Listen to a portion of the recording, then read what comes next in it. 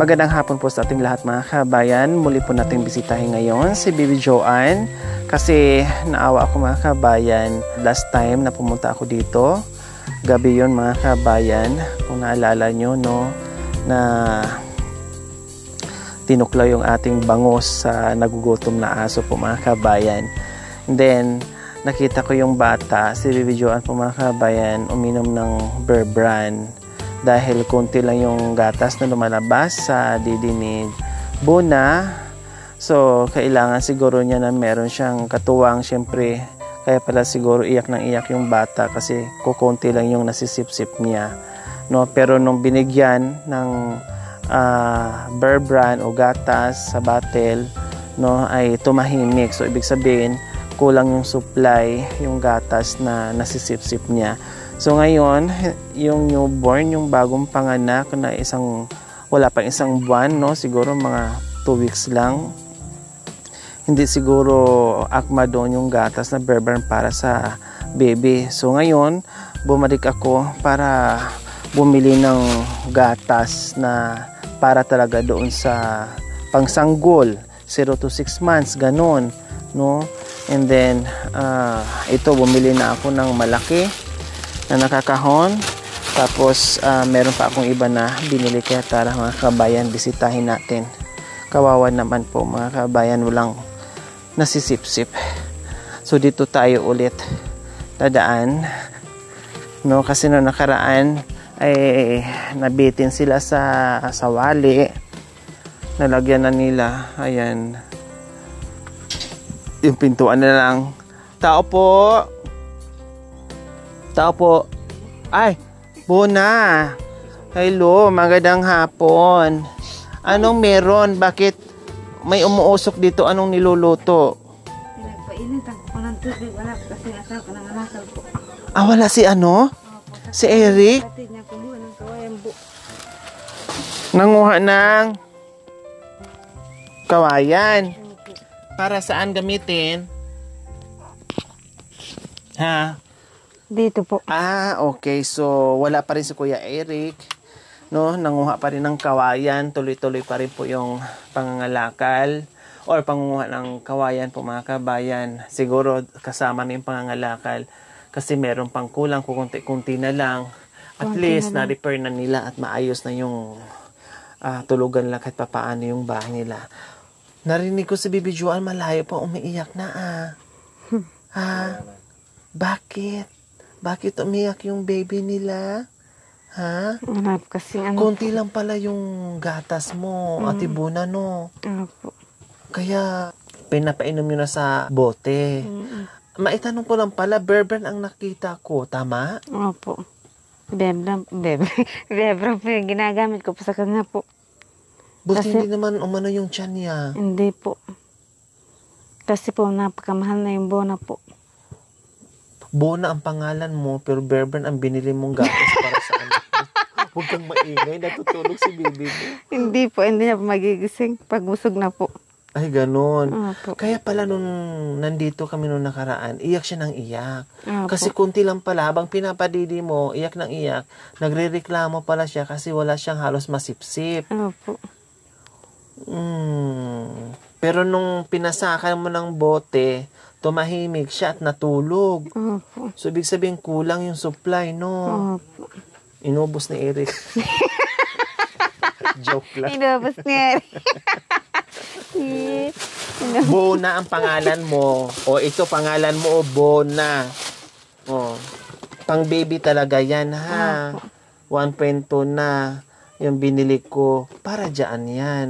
Opo. Ha, ito talaga yung dapat sa kanya. Kailang, sabi niya, binilhan na lang ng Bear Brand dahil walang pambili at mura lang. Kaya walang kakayanan bumili ng Bona. Ang nagbubuna si Eric. Malaki ba? Si Eric ang nagbubuna kasi si Bona siya eh. Si Eric ang nagbubuti pa si Eric, nagbubuna. Si Baby Bear Brand. So, ito na ha. Tapos, nagtiki-tiki ba siya? Opo. Ah, meron din. Wala na Walang po. vitamins?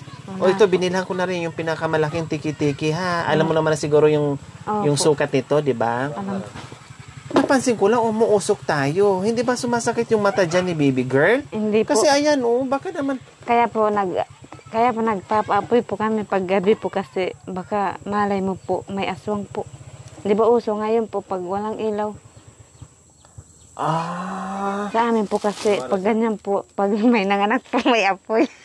ay ganun sa inyo, Opo. paniniwala nyo. Opo. Ah, kasi ang inaalala ko lang is, siyempre tayo nga, sumasakit na yung mata ko sa usok ko.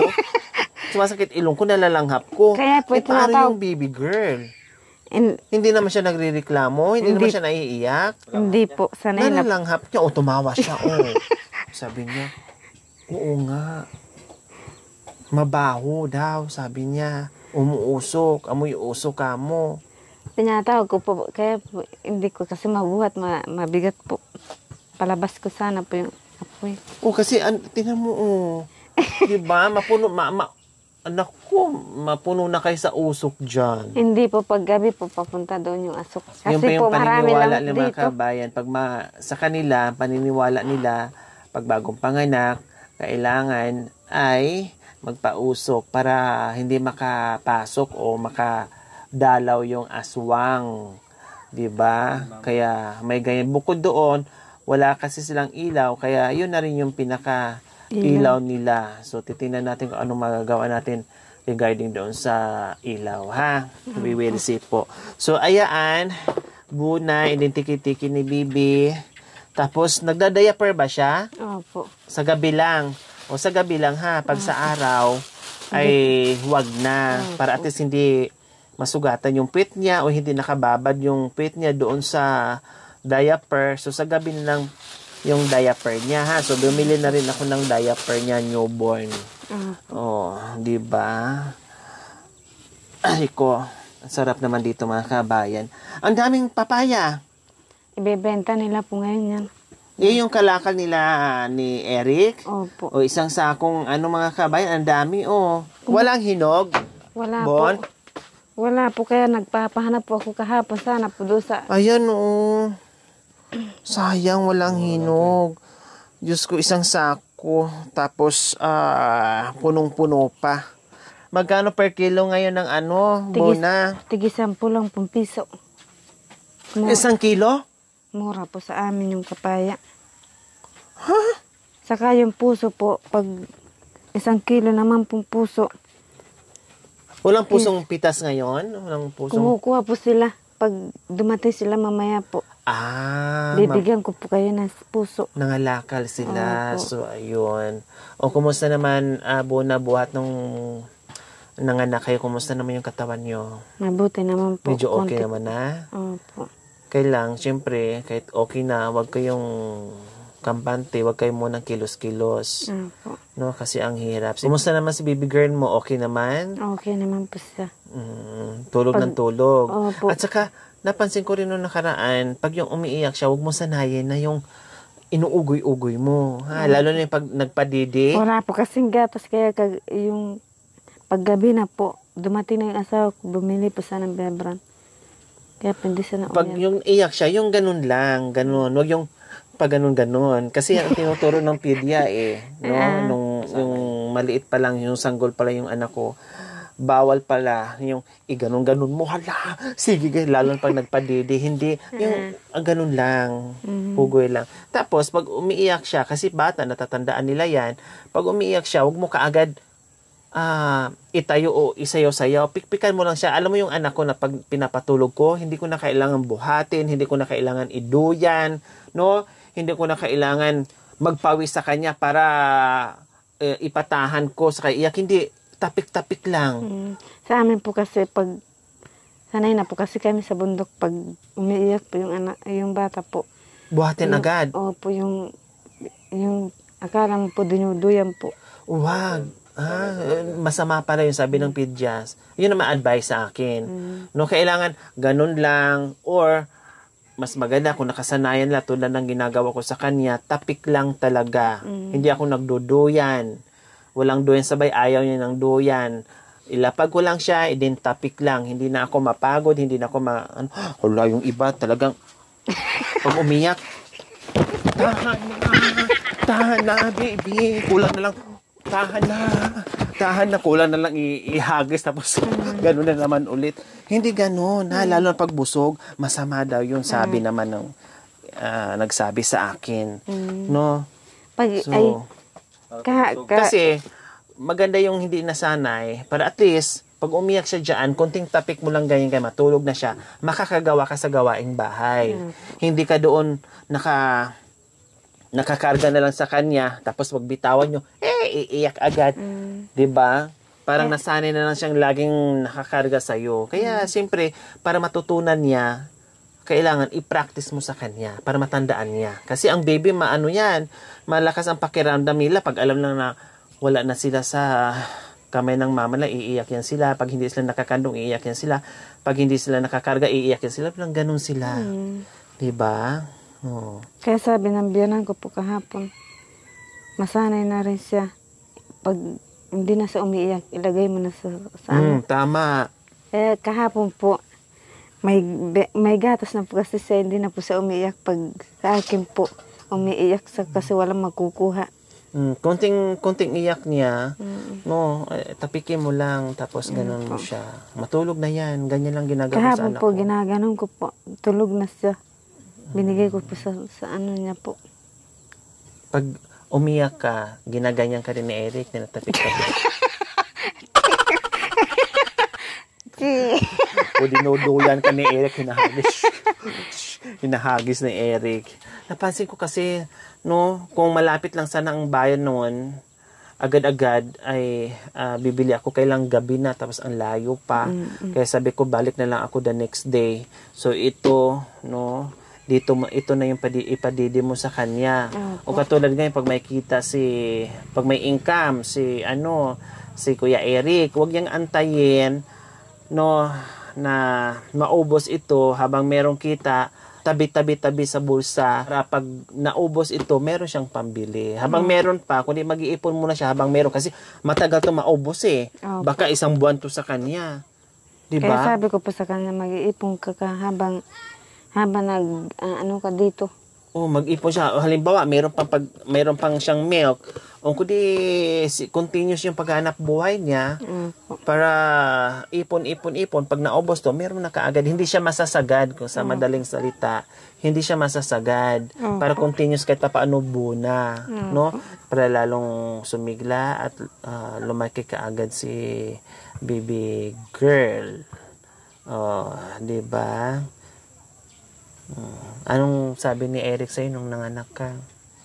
Sabi niya po, nagpapasalamat ako sa Panginoon kasi nabuhay yung isa. Kaya sabi niya po, sa Pasko daw, magpapasalamat po daw siya. Anong gagawin niya sa Pasko? Po siya, bumili po ng manok. Yung pagpapasalamat po daw siya. Kasi, magpapasalamat siya. Po. Sa Panginoon kasi isa nabuhay. Yung dalawa hindi nabuhay po. Kaya ingatan mo, doble. Ingat, no? Gawin lahat para sa baby mo, no? At ilang ano na ba siya ngayon? Ilang buwan na ba? Ilang linggo na ba? 2, no? 2 na po. Mag-3 na po kami bukas. Akala ko after mo mga anak, sabi niya magdagdag tayo ulit. Magdagdag pa 3. Saka na lang. Palakihin muna. Kasi mahirap yung buhay. Kailangan ang buhay, kailangan pagplanuhan. No? Kasi pag hindi pagplanuhan yung buhay kung paano magparami ng anak, kawawa sila paglaki nila. Wala nang ginhawa. Puro lang hirap. Sarap. Hirap. Sarap. Hirap. Ganun na lang. Diba? Kaya sabi ko po sa kanya, tama na ito isa kasi. Pwede naman siya magdagdag kasi isa pa lang. Pwede naman magdagdag pero palakihin muna. Para hindi mahirap. Diba? Kasi napakahirap po kasi sa bundok. Hindi katulad po sa patag na malapit lang tindahan. Bukod doon, mahirap sa pera. Mahirap kumita. O tulad yan, tulad dito sa sitwasyon mo, no, ay lagi ka naiiwan dito mag-isa kasi yung mister mo kailangan talagang kumilos, maganap buhay. Tapos nag-aalaga ka dito sa anak mo. Pag medyo lumaki-laki na yan, siyempre makaginhawa ka na kasi makakilos-kilos ka na dito. Pag marunong na yan, pag nag-aaral na yan, siyempre makasama ka rin sa anak buhay, makagawa ka rin ng paraan. Yung ganon, kailangan pagplanuhin bawat oras kung paano patakbuhin yung buhay-buhay sa araw-araw at Ibona. No? O anong ulam nyo ngayon? Wala po. Gulay na naman po ngayon. Kapaya po. Ayan, papaya. Nilagyan po ng sardinas. Oo, tama yun. Kasi lalo ka na nagpapadidi ka, lagi kong sinasabi sa'yo, papaya, number 1 yan, mayaman sa pagpapadami ng gatas, no? Lalo nagpapasuso ka, no? Malunggay, number 1 din yan, masarap din yan. Matching papaya, napakasarap kahit haluan mo lang igisa mo lang sa sardinas yan. Ang sarap-sarap na, or kahit walang sardinas, masarap pa rin yan. Timplahan mo lang ng asin vitsin yan, masarap pa rin. Para naman kahit papaano ay magkaroon ka ng milk para hindi na naiiyak si Bibi Joanna. Tapos iyak yung baby girl mo, iyak din si Kuya Eric. Ay, ewan. Dalawa na bumibidi. Tapos ito, ayan na, nandito na naman. At nasubukan mo na painom dito, di ba? Okay. Hindi ko na ituturo. Tapos yung ano niya, yung tamang sukat kailangan ha. Hindi pwedeng tipirin sa gatas kasi parang wala din yun. Parang umiinom na siya ng tubig. Pag sinabing 1:2, ano ba yan? 1:2, talagang sundin yung 1:2. Hindi pwedeng 1:1 lang. Paano yung sustansya? Wala na. Sayang din yung binili mong gatas tapos tinitipid mo. Kailangan tamang sukat. No? Para makuha yung tamang vitamina dyan sa baby girl mong maganda. No? Ang sarap-sarap ng tulog. Okay, so dito na kami, Ate Buna. Hinatid lang talaga namin to. Kasi nakakaawa naman si baby girl, ang liit-liit pa niya, no, parang hindi akma yung gatas na Bear Brand para sa kanya, no. Okay lang sana kung malaki na, pwede yon, pero bata pa, di ba? Bata pa, kawawa naman si baby girl. So ayan po mga kabayan, galing kami doon sa kabundukan, no. Talagang tumawid kami dito sa kabilang bundok para lang talaga maihatid ko tong gatas para dito kay baby Joanna, para hindi naman na siya magdidi doon sa Bear Brand. Kawawa naman yung bata kasi kapos yung halos walang masipsip, no, maliit pa yung suso tapos wala pang laman at tawag nito, dahil siguro din sa kinakain, no, yung walang gaanong masustansyang pagkain, yung sana yung ang mga gulay, tama lang sana yun. Kailang ang problema kasi ngayon, si Buna kasi hindi pa masyadong makagalaw, no?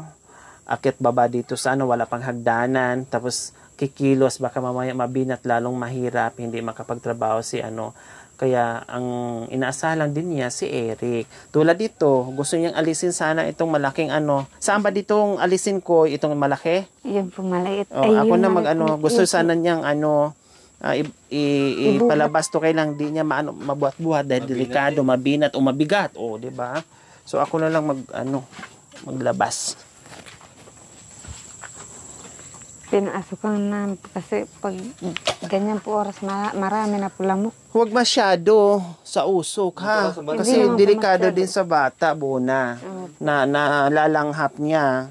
Baga, no? 'Di ba? Pwede dito banda na hindi rin abot dito sa kasi delikado. Hindi po, binigay kanina po doon yung dalawang bata. Nagpainit sila kasi sabi ko sa kanila sa labas na lang. At ingat din ha. Ingat din. Kasi light materials yung bahay natin.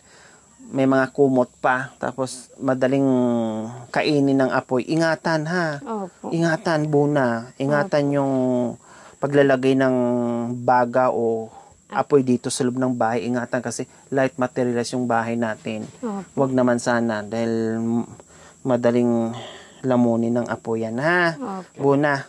Okay, sige. Dito na kami. Okay, Bye-bye, sige po, baby bye-bye. girl. Salamat po sa binigay niyong gatas sa vitamin sa diaper. Maraming po salamat. Kasi po wala pong gatas yung daddy ko po. Kulang sa amin yung... Minsan wala po kami makakain. Minsan nangangalakal po yung asawa ko. Doon po kami kakain. Kaya po wala pong gatas yung daddy ko. Kaya po nagpapasalamat po kami sa gatas po. Maraming salamat po.